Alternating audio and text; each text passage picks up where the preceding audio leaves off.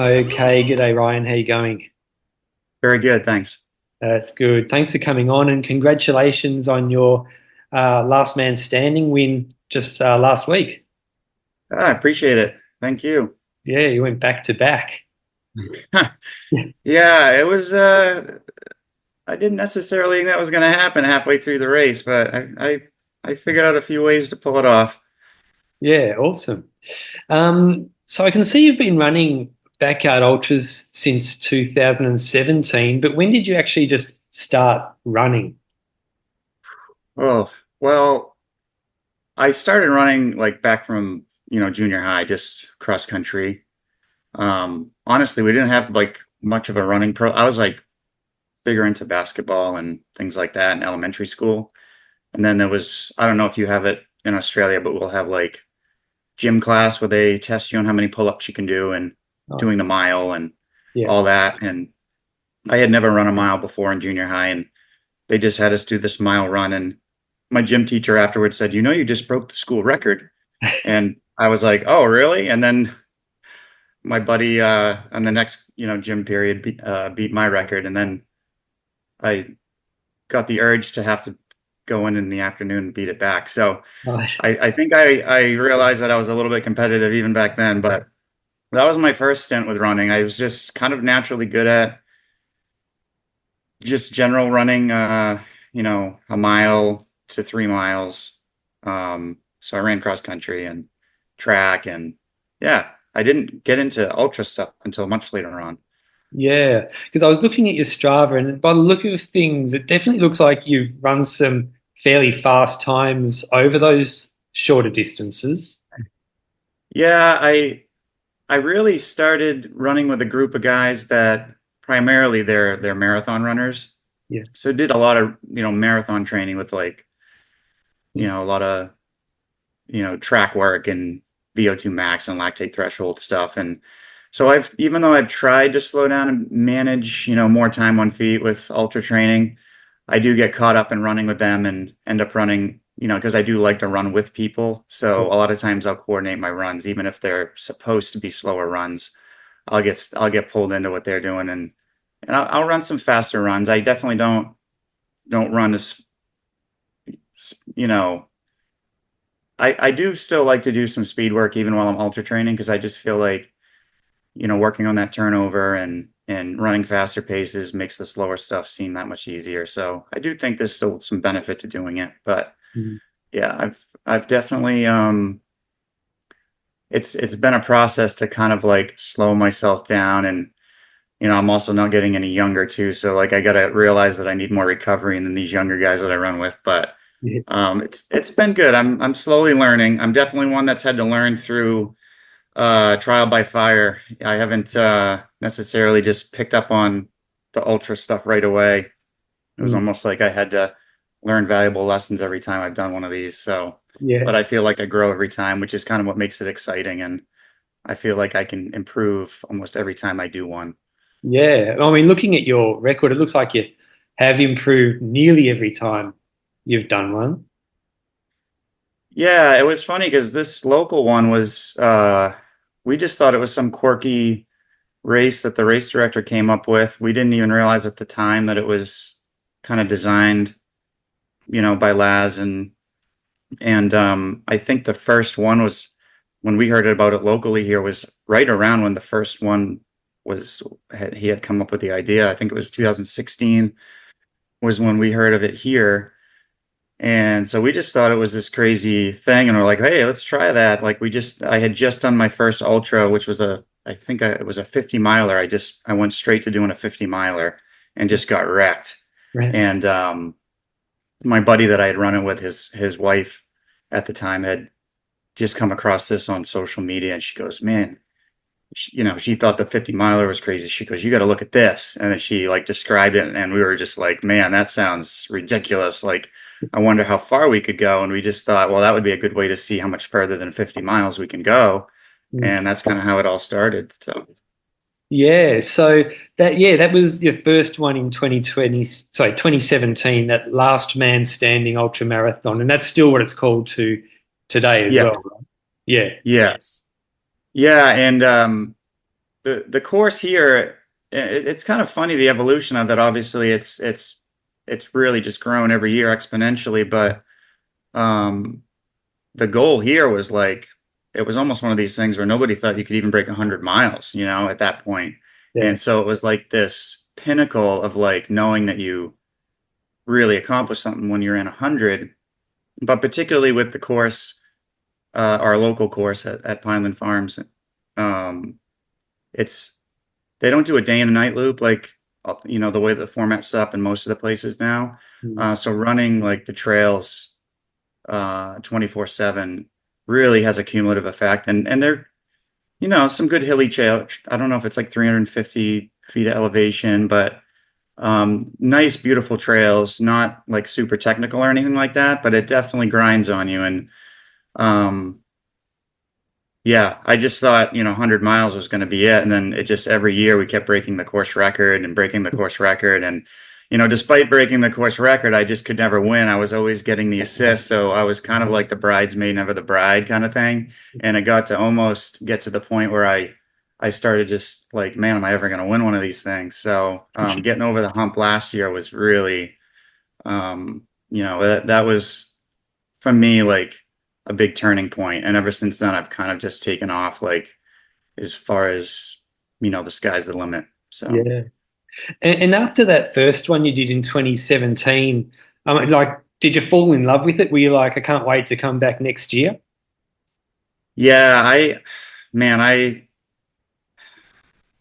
just saw so many opportunities to get better at it, not just physically, the Mm. strategy, the nutrition, just the way that you coordinate, like the time that you have in between the loops. I just felt like the possibilities were endless. And so for me, especially getting older, and I knew I wasn't going to be getting much faster at marathons and 5Ks. And, you know, I just felt like this is really motivating and cool to be able to do something that you know you can keep improving on Mm. in so many different avenues. So I was hooked, like really. Obviously, I wanted to win, um, but just the motivation to be able to train day in, day out, have something to look forward to that you know you're going to be able to get better at, makes it so much easier to go through the grind of like a training program.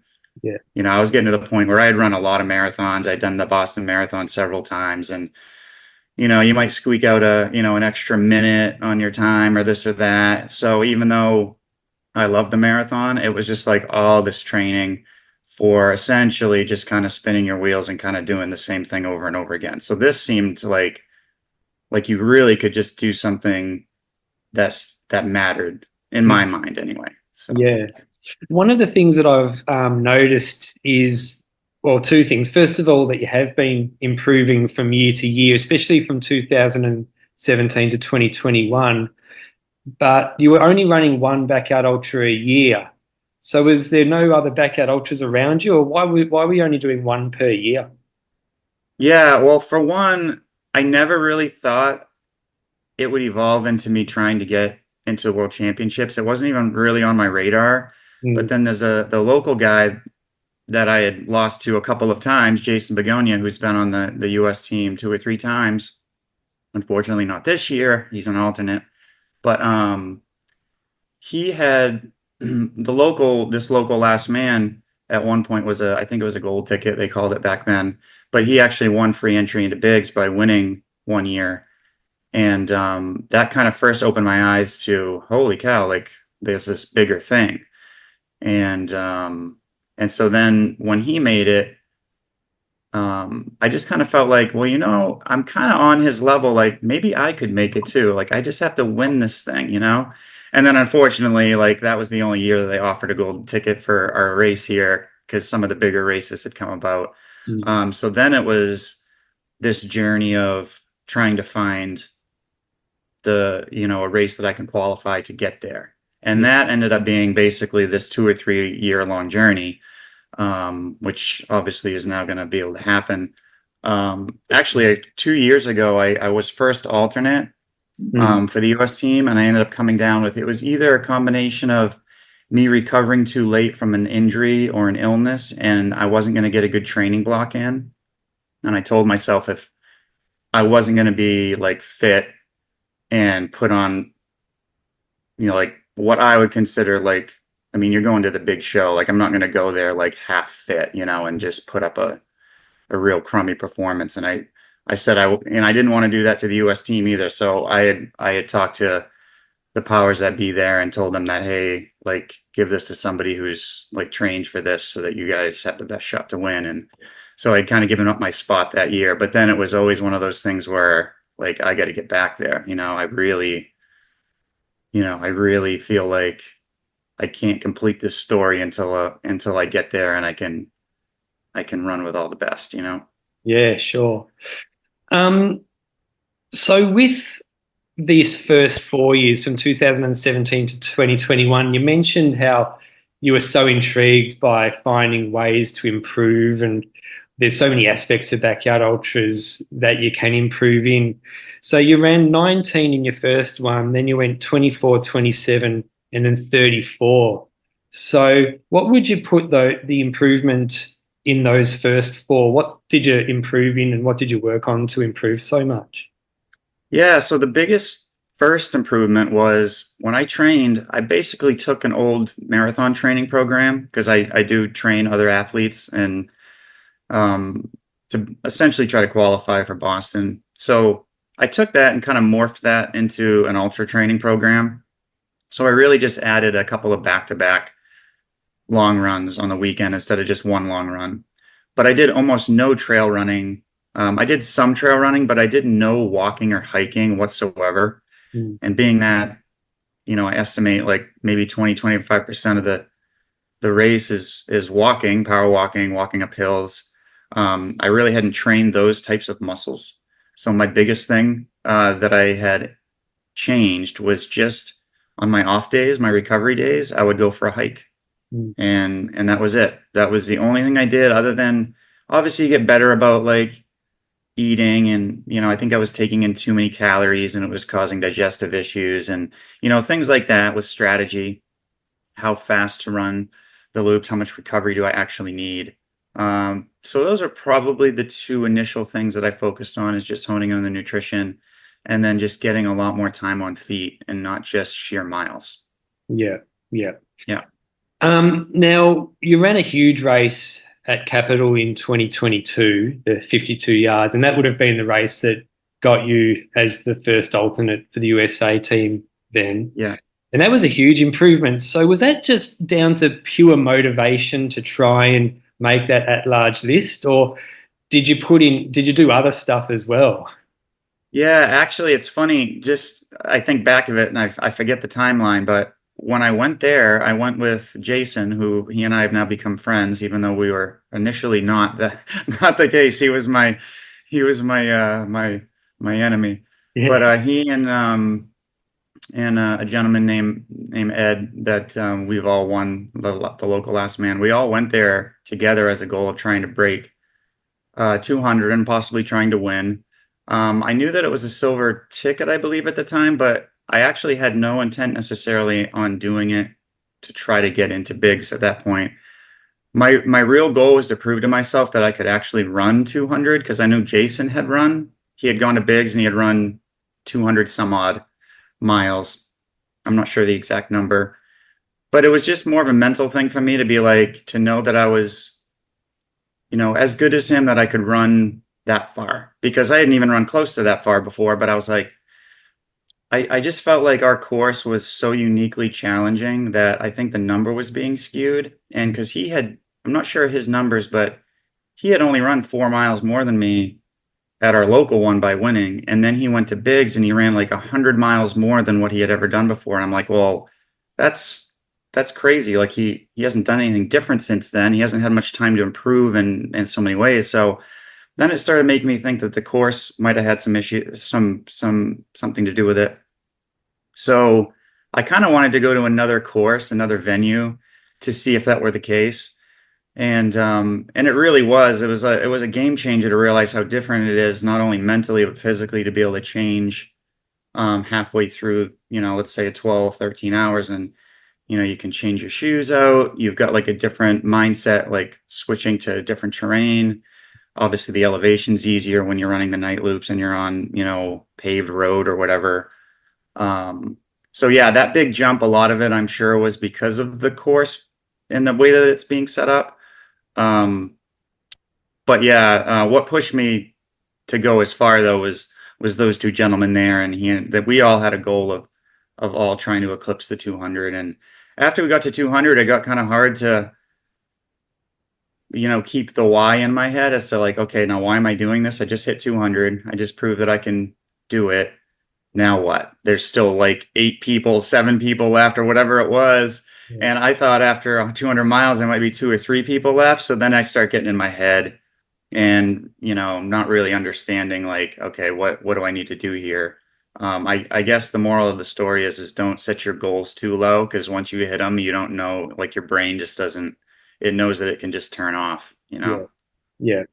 Yeah. So in that race at Capital, I mean, you were able to really run with some really good runners as well. Like, I mean, Jason Begonia was there, but also Scott Snell, Jen Russo, Kevin McCabe, and Keith Van Graaf Eland. They're all Yeah. USA team people as Yeah. well. So did running against so many really good backyard ultra runners, did watching them like give you tips on, like, was it like another level watching them? Yeah, well, I believe at the time, and I could be wrong about this, the only one I had ever heard about at the time on a national level, a global level, was Jen. Yeah. The other guys I think had catapulted off that race in particular to even get on the team. I don't even know if they were involved with the team at that point, other than Jason. Um, but yeah, there was a huge difference in strategy in terms of how I ran the race versus how they did. I was significantly faster than everybody else, like way faster. I pretty much ran the race by myself almost the whole time, which I was fine with because I'm kind of used to doing that at our local race. Um, but I did start to realize like how easily like Jen could just keep grinding. And I just remember feeling the pressure to like once I started beating everybody as much as I was each loop. I mean, that was my comfortable pace. It's not like I was trying to do that on purpose. That was just what was comfortable for me with the speed, with my normal speed. I'm just faster. Mm. Um, but then it started getting into my head. Once it started getting difficult and I started slowing down, then I start thinking, well, oh, what are they going to think? I'm slowing down. They can tell that I'm losing it here. So it got to be like really mentally challenging to have that happen when all of those guys are back there and they're in their group kind of like running together, and I was like the lone wolf out there. And Laz was there too that year, so it was also kind of interesting where he was kind of even I think making comments about the fact that I was running so fast and that I should be slowing down or whatever, Yeah. running with the group. But no, I mean, I definitely picked up on the fact that I was probably running too fast. Because if everyone else that's at that caliber is running slower, there must be something to it. So I did, this year was one of my big years to really force myself to make that change and kind of see how it felt to do it. It was Yeah. like one of my two takeaways from this last race that I did. Yeah. And I think you were sixth from the last one standing at that race at Capital. And well, did that give you, like, you smashed your PB, you came sixth overall? Did that give you belief that you could mix it with the best and like make that USA team? Yeah, I think I initially was proud of myself for doing it, but it wasn't more than a day later that I realized, I could have run way more and I probably could have won that.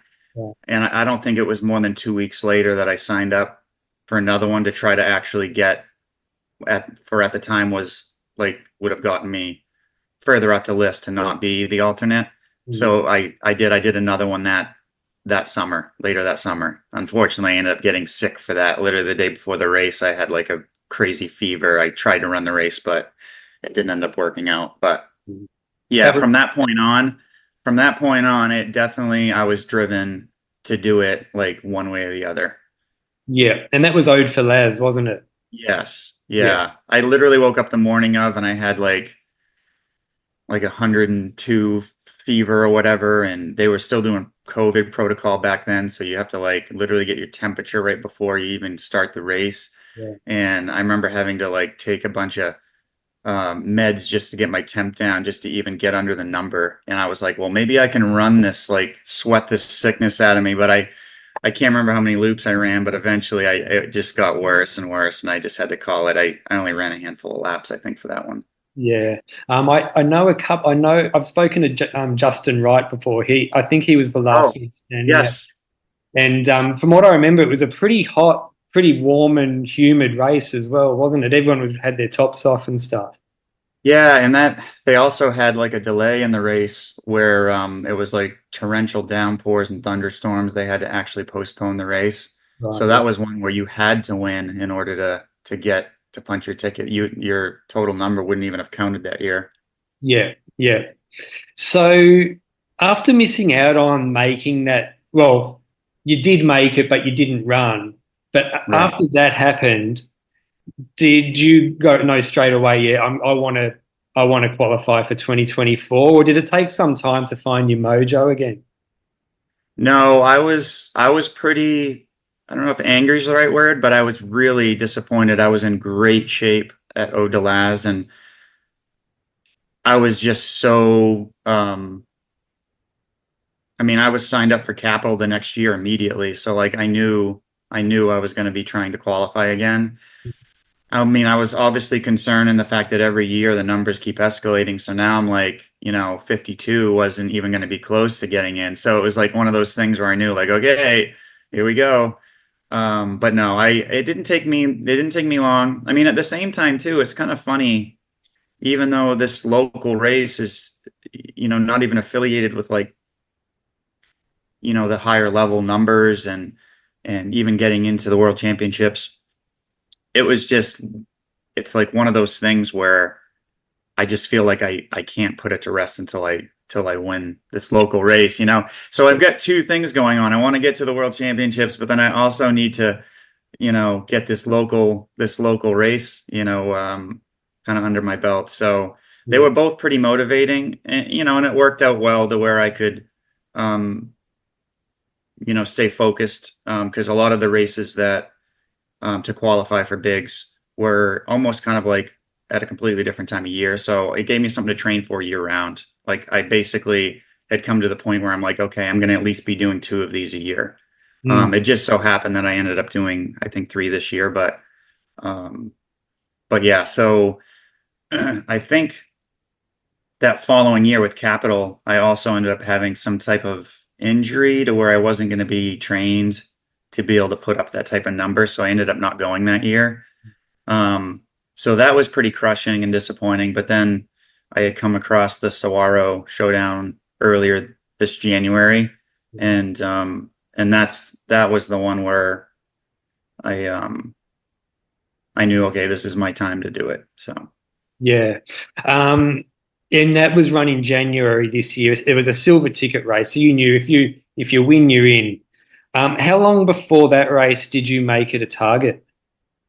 As soon as I can't remember exactly when. I know they, at the end of the season, they post what the new silver tickets are going to be, and as soon as I knew what the silver tickets were and I looked up the locations, I have a family member that lives in Arizona, and I was like, oh man, perfect. Like she's only like 25 minutes from that place.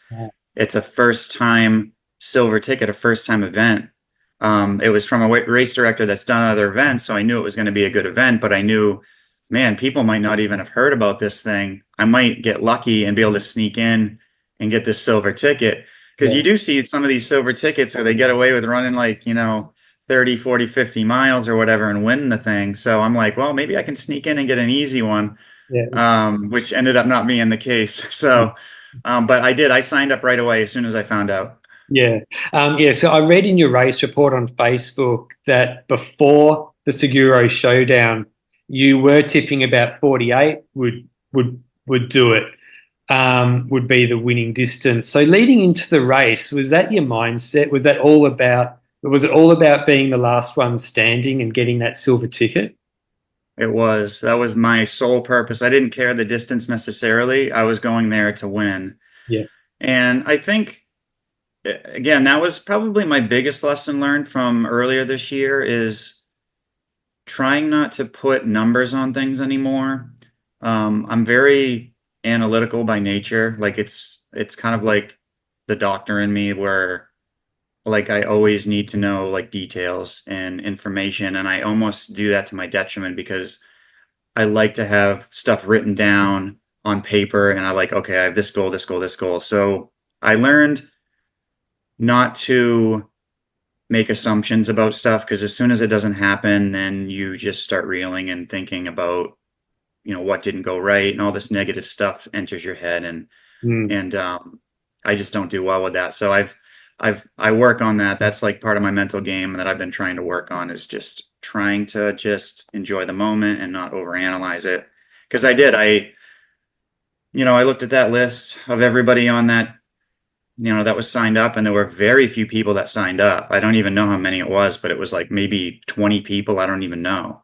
And so there was no big names on there. I don't even think anybody on there had run much more than 100 miles, like for a PR. Mm. So I just thought, oh man, this is, so then I just preemptively just like, well, man, maybe I only have to run 150 miles for this, at most 200. And I've done that before. So no big deal. Yeah. And when it didn't happen, I just started getting angry about it and like, what the heck, Mm. just woe is me. Like, why is this one event? Like, I mean, it ended up being, honestly, like hindsight, it ended up being like the furthest distance of the whole year. Like, I didn't think the distance that I got as the assist was going to hold up, which is why you saw me sign up for, another race later, for Capital. Yeah. Um, because honestly, like just with the rate things were going, I figured 64 wasn't going to do it. I mean, that's the only thing that got me to 64, to be honest with you, is my wife had literally the list of the at-large people. And I was going to quit way before that. Like I was pretty much mentally checked out after 200 some odd miles, Yeah. and Meg just wasn't stopping. And there was a point where she looked like she was going to quit. Oh. And when I thought I had her. She was looked defeated, and I could see her in her tent. Her crew was literally had to pick her up off the chair, like she didn't want to go. And but then from that point on, she was fine, and I was just kind of like, holy crap, like this person coming out of nowhere, just like wrecking me right now. Like she just was like, yeah. So anyway, so yeah, I'm not sure if it was around like I don't know, maybe like 56 or something. I was just kind of done, and my wife's like, "Listen, like don't worry about winning. Let's at least get you on the list right now, Yeah. and then we'll see what happens." And so that's kind of what I did is I ended up doing one more than I'm not sure who it was at the time. I ended up getting one more loop Yeah. um, to get at least on the list, and then I called it. Yeah. Um, Um, because it was you and Megan from about the 43-yard mark, I yeah. believe, and you were running just you and her for over 20 hours together. When it was just the two of you, I mean, at what stage of the race did you realize that she was actually like something really special? Because she's an amazing runner. Yeah, well, it was I honestly I didn't know what to think of her. I had heard that throughout the race, once she was the only one left with me, you get little words around camp about who people actually are once you get there because you don't pull up any data on them really. And I had heard that she had just finished this other crazy race that she had won. I forget the name of it. Um, and then she's like a local legend in New Mexico, like kind of deal. And so Ricky, the race director, knew who she was for sure, because I think he knows around that community, that area. So then I'm like, oh, great! I wish I would have known this ahead of time. Then I wouldn't have like psyched myself out. I would have been prepared for her, because I definitely could have gone further. I mean, I was fine. Like it was really just a Mm. mental collapse. I had plenty of time left. I think on my last loop, I had like 8 or 9 minutes left or something. It wasn't like I ran out of time. Yeah. So, but no, I knew the way that the course is set up, you pass each other a couple times. And so, you kind of use that as checkpoints to see if somebody's faltering. And she would be so far behind me at the beginning. So I would get excited. Yeah, yeah, And then I would see her the second time, and then all of a sudden she'd like make up half the distance, and I'm like, what the hell did she just do? Like, how did she catch up? I thought she was folding. So yeah. yeah, it was one of those things where you're just trying to make games of it or whatever. And but no, I mean I knew she was for real, and we didn't get to run together very much because of the way that our running strategies were. Mm. Um, but towards the end, we did get to talk a little bit, which was nice. And yeah, I mean, great respect for her. She's going to be a great team member. Yeah, yeah. So yeah, you did mention, but it must have been hard making that mental switch from thinking about that silver ticket just to deciding to just get as many yards as you can to make the at-large list that way.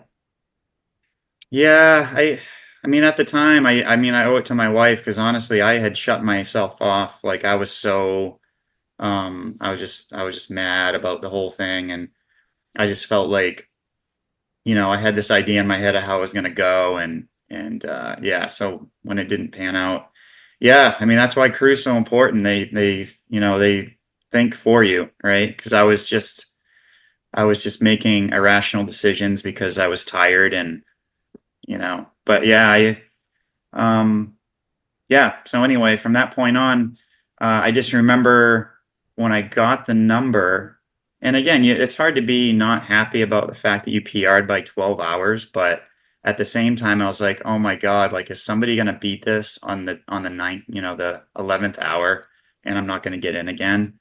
Yeah. So that's half this year has been pretty stressful for me, just kind of like seeing how everything plays out. Yeah, because this race was in January, so there were still 7 months worth of races to go where Yeah. people could overtake you on that list. But yeah, so and that's why you would have signed up for Capital, was it? Just to try and Yes. cement yourself on that list? Yes. So my goal on that one, and I knew all the big hitters that were going to that one. So that one right out of the gate, I didn't even care if I won that. It would have been amazing to get the silver ticket, but I knew that there was going to be such good competition there that I could get fourth place and still get up the at-large list. Yeah, So my goal was just to secure a spot and at least move up one spot. Because at that point, if I could move up one spot, then I would have to have three people, including the winner of the next silver ticket, to win to knock me. And just the likelihood of that, would be so rare. So yeah, so that was kind of my goal there. And unfortunately, I ended up getting heat stroke on that, and that was a big learning experience too. Like I had run a lot of hot races before, so I was pretty confident about my routine for heat, mm, ice hats and ice scarves and all this and that. But yeah, I didn't get ahead of it, and yeah, I've never been like that in a race before. I mean, I had like some pretty serious issues, and I tried to fight through it all night, and I came around to the next morning, and it just wasn't there. It was shortness of breath and almost hyperventilating. It was pretty bad, and I knew it was way too early on to be in that bad a shape, and I knew like how far the race was going to go. So it's still, instead of like ended up having something be like a real medical situation, I just kind of called it. yeah, yeah. And by that stage, I mean, this was in May, so you probably knew you were likely to have made the team by then, or were you still 50-50? Oh yeah, no, I thought it was still 50-50 because there was still at least two other backyards silver tickets. Yeah, So I was happy with the outcome because honestly, like Levi was behind me on the at-large list, and with him winning a silver ticket and Jen getting the silver ticket she got in kind of the situation didn't hurt me at all. yeah, So like my big worry would have been for him to eclipse my number and have somebody new win. yeah, That would have been really bad. Then I would have actually got bumped down off the list. So in a bad situation, it ended up kind of working out like where no harm, no foul on that one. yeah. Now, back to the Suguaro Showdown. I read in your report as well that you were having some pretty hardcore hallucinations during that race. Yeah, yeah, that's been that's been a fun experience over time. One of the races, I forget what year, maybe it was 2021 or 2022, the local Last Man here, Mm. was the first time I ever experienced hallucinations. And I actually, again, because I'm so analytical, like I had these weird visual things happen, and I thought something was wrong with me. I was like, what is going on? I mean, I hadn't read enough, I think, and maybe done enough digging about what ultra runners experience with sleep deprivation enough to kind of know that that's pretty normal for a good majority of them. Yeah. And so for me, I was totally freaked out when I started like making, like I thought I was like stepping on 2x4s on the ground that were just like sticks. You know, it was just weird. Like it was raining at night, and I was turning leaves into like frogs, but they weren't frogs. They were, you know. Yeah. So so anyway, that was my first experience, and that was like only 100 and maybe 140 miles for that race. So I was into the second night or whatever. And I think a lot of it was because of the rain and the terrain and all that. But yeah, at Saguaro was crazy. Like that's probably the third, I think that's the third race that I'd had hallucinations, but I was so used to them at that point, I kind of knew, and you almost kind of learn to have fun with it. Yeah. But it did get to the point where I was like, I was so tired on the trail, I would, you know, almost doze off while I was running. Yeah. And even like when I was like trying to power walk like some of the areas, I would like shut my eyes and I would like wake up not knowing like how long was I just out for. And then I like would have a cactus like right in front of me, like holy crap, if I didn't just wake up just then, I would have gotten like I would have had some bad news. And so yeah, the hallucinations don't, I mean, it's almost kind of like a rite of passage. I almost feel like once I start to hallucinate, I'm like, okay, now I'm in the race, you know? So that's the way I think of it now. Yeah, yeah. So, I mean, to go 64 hours, you obviously have to go through some pretty hard times and run through pain, discomfort, and all that type of thing. So, what kind of things do you think about to help you keep going through those tough moments? Um, yeah, I think the biggest thing is, you know, I try to think of, obviously you try to think of like why you're doing it. I think a lot of times of who's counting on me, the people that have put in the time, like my crew that's there, like the amount of time they're committing, um, to having to help me. Um, just like, I mean, I would say that's probably the biggest thing is just being appreciative and under, you know, like wanting to take advantage of every opportunity I have because you just don't know how long you're going to be able to do those types of things, and just really being appreciative of the moment.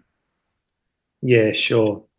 Now, making the team by the at-large list like you did, it probably made it like the time stressful, but now you've actually made it.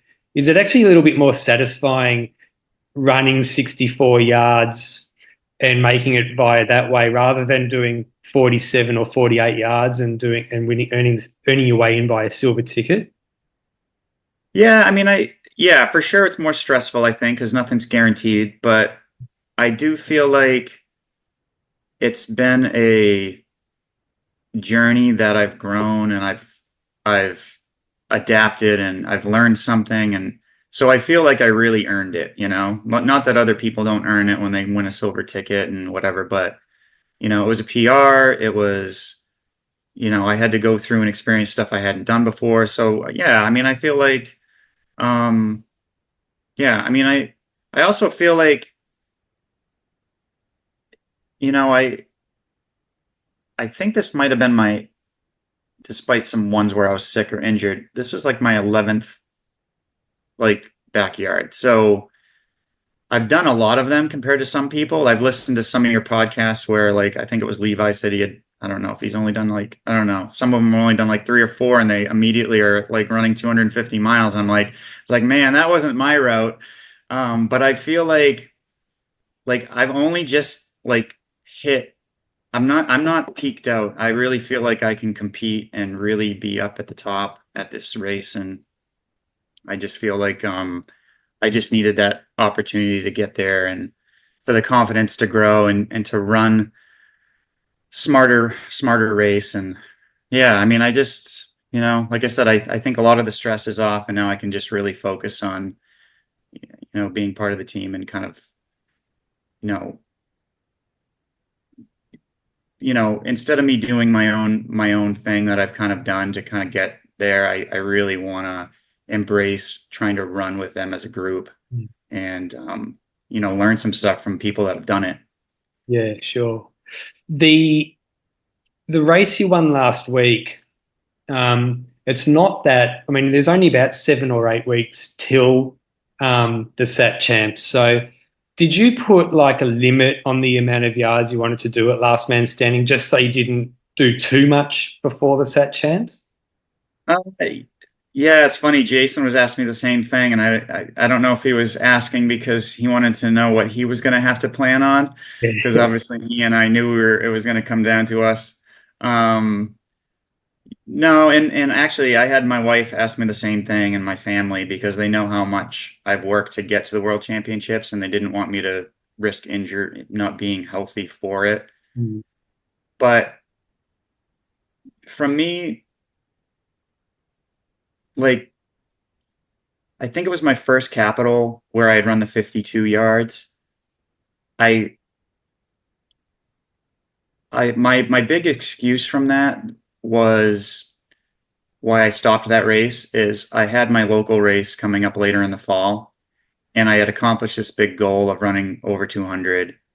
And I basically had told my wife that, listen, I accomplished this great thing. I'm still healthy. I'm not injured at all. Maybe I can win Last Man and have this cool thing happen.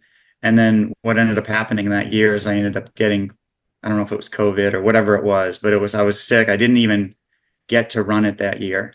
So then I felt like I saved myself for nothing.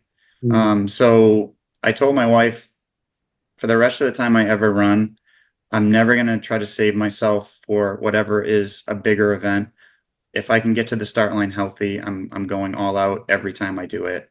Yeah. So that was my mindset going into this. I had no number. I actually thought it was going to go a little bit further, but the race was pretty difficult this year. There was some conditions. It was warm. It wasn't as hot as it's been before. We had some rain on the first night, which probably didn't help things, but no, I was well prepared to go whatever it took. I mean, I was definitely planning on going 200 plus at it if I needed to. Yeah. And did you, with bigs in mind, did you change any plans or experiment with your strategy just to prepare for the race next month? Yeah, I did. We definitely made some nutritional changes. I made some equipment changes. I almost always run with a vest with hydration bottles so that I don't have to hold on to anything.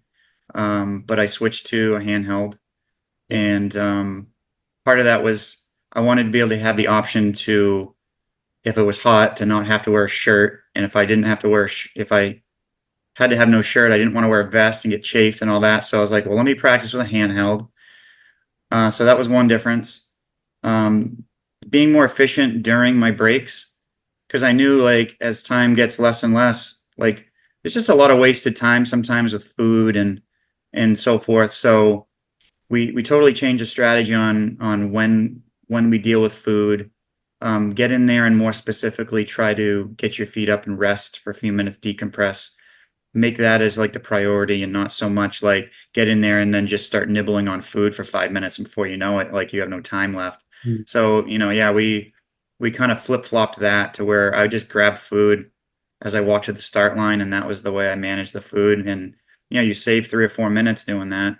Mm. And then also my big thing was I wanted to, every time that I've like stopped doing a last man, I've stopped mentally because of like the way that I feel about how the race is going, in terms of like me starting to get slower.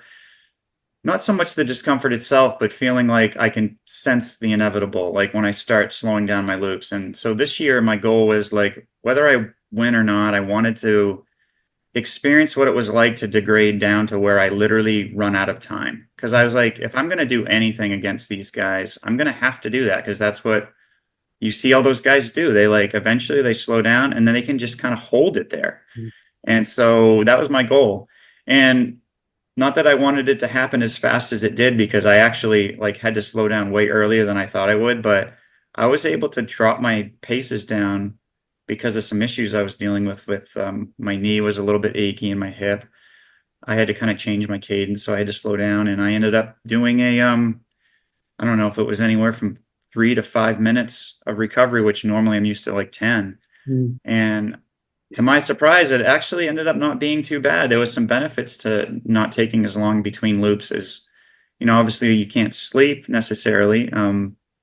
But there was other positive things about, you really are efficient with your time when you've got things like that going on. And it also doesn't ramp your heart rate back down and you have to kind of regroup and get going again. I almost felt like I was just like ready to go right out of the gate. So I kind of felt like that was kind of a neat thing. I didn't realize like it was much easier to get started again because I was never really turning myself off. Mm. So yeah, that was what I was most happy about, like in addition to like winning the race, obviously, but knowing that I have another gear that I had never been able to try and that I actually can do it. So Yeah, yeah, that's really good. And how did you pull up after Last Man Standing? oh, you mean as far as recovery? Yeah, physically, you feel okay? Yeah. No, I feel actually really good. My feet were super sore after, but that'll happen. And then as soon as I popped a couple of blisters and let those heal, um, I immediately I'm super proactive, and one thing I've noticed is no matter how sore I am, I will get out and do a walk the next day. I feel like active recovery, just getting out there, even if it's just a little bit of a walk around my parking lot, that's key. So my recovery's been good. I actually think I ran on 3 days after, just like 3 miles. Actually, after we're done talking today, I'm going to go run like 6 to 8 miles just to go a little bit further. I mean, I'll keep it slow. But yeah, I just got one little sore spot in my hip. Nothing bad, stuff that, you're going to have a week after a race. And Yeah. yeah, I'm just going to try to be smart about not overdoing it. I figure I'll give myself about a week to kind of phase myself back in, and I'll get like a 3 or 4 week training block and taper back down for the big one. Yeah. And as far as goes at Bigs, is it the same crew that you had at Last Man Standing just last week? Yeah, so it's my wife and daughter, and yeah, they're excited to be able to go, and Yeah. just being around like that high level of competition. I think they're excited to be able to see that. Yeah. But yeah, it'll be the same group. We've got a couple of new things to that we kind of learned from this most recent Last Man that we're going to be able to change as far as being more efficient on that avenue. So yeah, so I think a couple more things to move us to the next level again. So Yeah, unreal. So at the moment, 64 yards is your best backyard ultra result.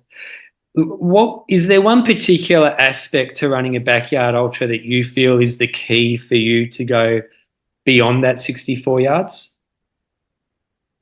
um, I think it has to do with what I kind of stumbled upon this last man, is being okay with not being so caught up in how much time I have. I mean, I really feel like you get beyond a point where it's not, I mean, everybody's sore and hurting, so it's not like it gets to the point where I just can't take the discomfort. I think once you get to a certain point, it doesn't really get any worse. So you're just battling chafing and nutrition and hydration, and you're just making sure you're getting consistent stuff in those avenues. The sleep thing I'm a little bit concerned about because I do have a hard time sleeping. I didn't sleep at all at this last one. Obviously, that was only 160 something, 163. Mm. I think at the 64 laps, I slept twice for like 3 minutes, and so I do have to work a little bit on trying to sleep. So I've got like noise canceling headphones and like an eye mask that I just got. And I'm like, okay, maybe if I can just get into a really dark space I'll be a little more efficient with that. Mm. That's the only thing that I feel like I'm gonna need to be able to work on a little bit. I think with bigs, it sounds like the night loop is so I don't want to say easy, but it's so much faster that it, gives us more opportunity to be able to sleep at night like I was able to at Capitol. It was the same thing. We had like an extra 5 or 6 minutes more than the day loop, which made it really possible to lay down for long enough to get 5 minutes of sleep. So I'm kind of excited for that, to be able to do the course for that reason. I think the night loops at Biggs is going to be a time where we can, really focus on getting a couple of laps where you get some sleep. Yeah, yeah, great. You did mention before that you like setting goals, writing things down, you're analytical. Have you thought about setting yourself any type of goals for bigs, or it's just stop till, or just keep going till you can't go any longer? Yeah, I mean, I definitely have gotten away from writing down goals. I mean, everybody kind of has like their, I mean, I obviously want a PR. I mean, that's without question. Yeah, I want to eclipse my best. Um, I would say my B goal, in addition to that, would be to get enough yards to where I can make the individual world championships, right? And I don't know, who knows what that number is. Is that going to be 80? I have no idea. So that's the other thing, is you don't know what that number is. Yeah, I mean, and other than that, I'm leaving it wide open. I mean, my goal is to be able to form relationships with these people. Some of them I've run with, but even the people that I've run with, I really haven't spent a lot of time running with them because I've done my own thing. So, I think my goal is to be able to actually really enjoy, running with them and learning from them and seeing how far I can go. Because I mean, I really think all of us have the potential to go all the way. It's just, so I'm not going to be like, oh, well, I just don't want to be the the first person out or whatever. That's not really what I'm thinking. yeah, Yeah, but I definitely know I can compete with everybody. So, sure. I'm not, it's not out of the question that I'm not looking to, I mean, I'm looking to go to the end. So, Yeah, yeah, cool. So you probably watched the live stream of Biggs when it was on last year, and I heard Laz say a few times that the best place to train for the kind of trails at Biggs is the Netherlands. So do you have anything a bit like the Netherlands and is good for training for the Biggs trails where you live? oh, well, I'm not too familiar with how the Netherland trails, in the woods are. Yeah, I do know, that, the way it's described to me, Jason had said that there's a lot of like single track. It's a little more technical. There might be some routes and, things you have to jump over. Um, I feel like our elevation here, like I feel like we have, and I encourage anybody that's listening to this, they should come to Last Man in New Gloucester, Maine, yeah, and run that course, because even when we were at Capitol and it was me, Jason, and Ed, and we're all like these main guys, and we're like three of the top 8 getting to 200, and Laz goes, where are all these main guys coming from, and how come your local race doesn't even go even close to what you guys are doing right now? We go, because Laz, we have a hard course. So not to say his course isn't hard, but we have to run ours continuously. We don't get the road loops. So, but I think elevation wise, ours is one of the top, in terms of that. And just the hiking in Maine, you can't, in Maine and New Hampshire, like the hikes that I do. I mean, I do 4,000 foot, hikes all the time. So I think it's a great training ground for any kind of trail ultra stuff here. So, Mm. You may have seen, I'm pretty sure there's a YouTube video a video on YouTube made by, I forget his name, but he's a really fit guy. He's pretty well known. And he went to Last Man Standing and did 24 yards, and he made a documentary of the race. So, and it looks when big. was this? When was this one that he did it? Might have been last year, I think, 2023. Okay, I've seen a couple. There was one with I forget where he was. I don't know if he was Australian or not, but he made it like 300, just over 300 miles, I think. And he was delirious. He didn't even know which tent to go into. It was pretty funny, but um, Yeah. But yeah, no, I think, like I said, I think the training here, I feel like will get me pretty well prepared for what they have there. Mm, Um, although, like I said, I think the temperatures can fluctuate quite a bit there too. So we'll be ready for anything: hot days, cold days. yeah, You know. yeah. So, as you mentioned, I mean, everyone knows that Team USA is a really strong team. They won it 2 years ago, and I've got no doubt well, they're the team to beat again. Um, and I reckon there'll be a few of you gunning to run 100 yards as well. But as you mentioned, this is more than just like a normal backyard ultra. I mean, it's also a team event. So, have you thought about much about if you'll be making many adjustments to your usual tactics to accommodate the team vibe? Yeah, that's a little bit of what I was maybe referring to earlier, in the fact that I do feel more confident now that I don't need as much time in between loops. So if I can latch on to a group of people that are maybe doing something where they're like 7 minutes, or whatever, um, they're doing a 53-minute loop instead of a 50, then I'm really going to try to make a point to kind of be part of a group or latch on to somebody, where I otherwise maybe wouldn't have in the past. And I think that's just going to make it funner. I mean, I like running with people, and it just kind of makes the time pass. So you don't have as much time in your own head, so that always helps. Yeah, sure. So I know you've met Laz before. Have you met Harvey Lewis before? I haven't. I'm super excited. He's such a, I mean, crazy, crazy stuff he's done. Yeah, I'm super excited to run with him. Um, yeah, he's high energy guy, and he just always pushes. So yeah, I get no doubts he's going to be ready. Yeah, yeah, sure. Um, have you looked to the future beyond bigs and thought about backyard ultras you might do in the next 12 months or so? No, I actually, other than my local one, so I can try to three-peat.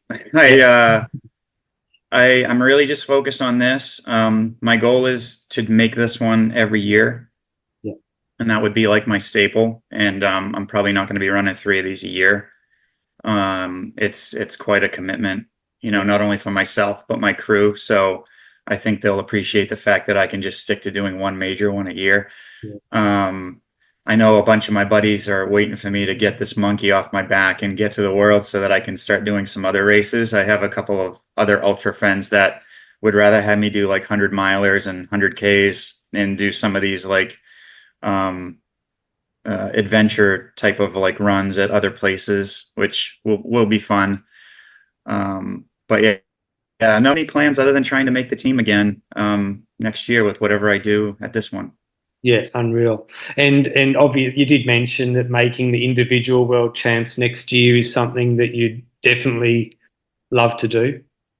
Yeah, yeah, it's I can't think of anything cooler to be able to run with the top 75 best backyard runners in the world at the same time. I mean, that would just be insane. I mean, it's going to be insane enough running with the US, 15 US, but yeah, just I can't even imagine doing it. So, yep. So that's the next thing to think about. Like I said, it's going to take a gargantuan effort to do it. So I'm really excited to see what I can pull off.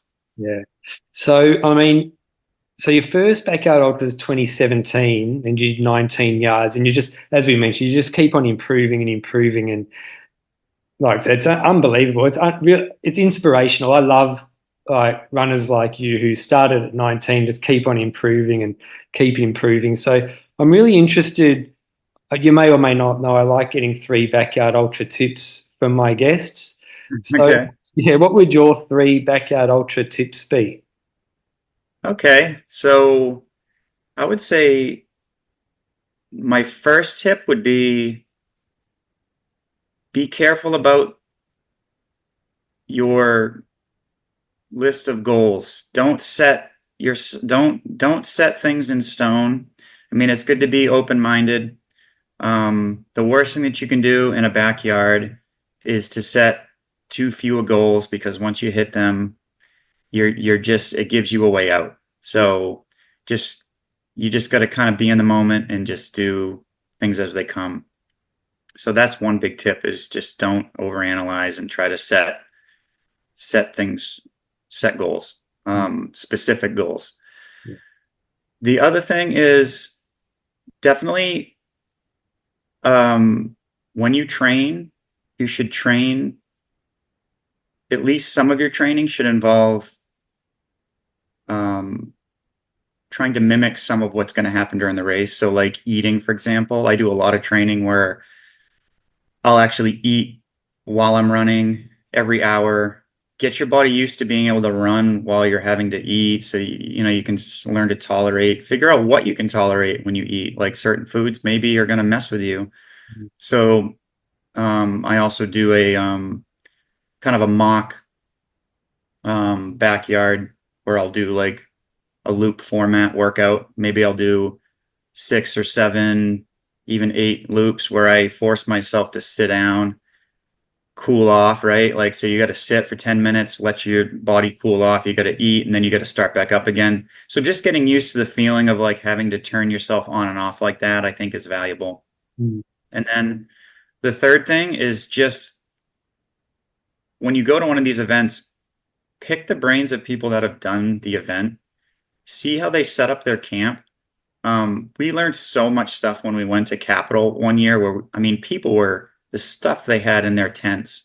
We were like, oh my God, that's like so organized. They can just grab everything. Like we didn't have any of that stuff. We had like bins, and every time we had to get something, we're like, Wow. having to fish through things. And I mean, they had some pretty ridiculous stuff. Some people had a shower, and I mean, they had solar, power and all this stuff. So we didn't go to that extreme, but, like just all the little nuances of like making your time with your crew more efficient. So those are, I would say, are 3 biggies really that I've seen makes the whole experience much better. Yeah, unreal.